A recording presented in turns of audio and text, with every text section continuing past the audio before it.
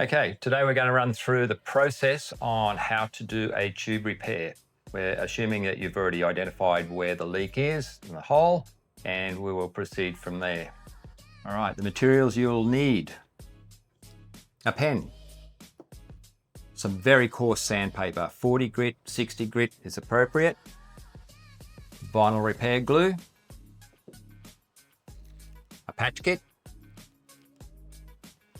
There's another brand of high quality tube repair, a bit of tape, some padding. This will make more sense in the future. Oh, a heavy weight,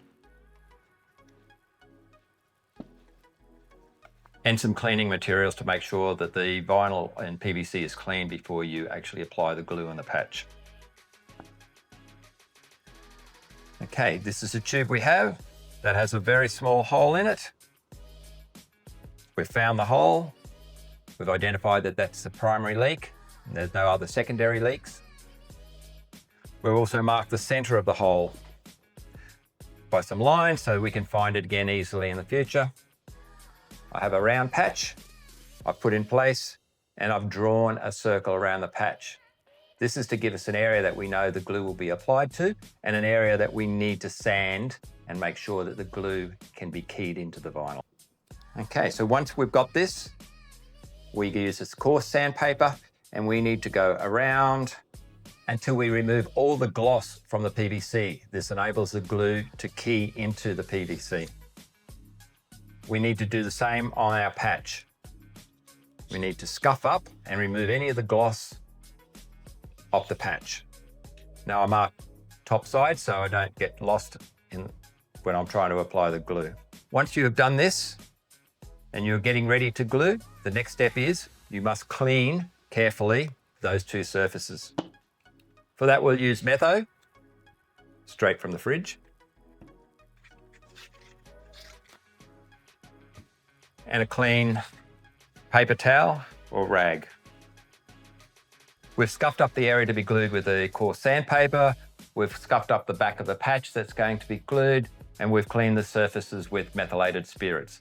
Acetone can be used with care, but metho I find is the easiest to use without creating too many dramas.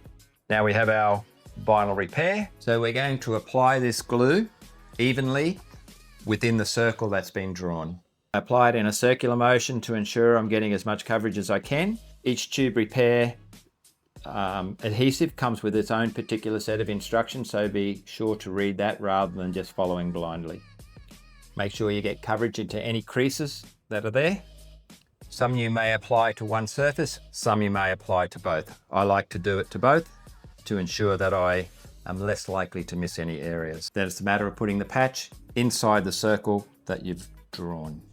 Now, the tricky part, and this is what makes the patch most effective. I use sticky tape to hold the patch in place. I use sticky tape to make sure that when I put a weight on it, that the glue does not stick to my weight, ensuring that the patch is covering the exact area I need it to cover. Any glue that pokes out the side of the patch will not go everywhere. Now, the important step is to apply pressure over the entire patch. For that, I have a foam buffing pad. A good sponge or any soft compliant rubber will do. So you can see this is quite springy. Put that over the top. And I have 20 kilograms of lead ballast, perfect for your wake boat, which will sit on top and apply even pressure for the next 24 hours while the glue sets and forms a permanent bond. There you have it. Wait 24 hours before inflating the tube.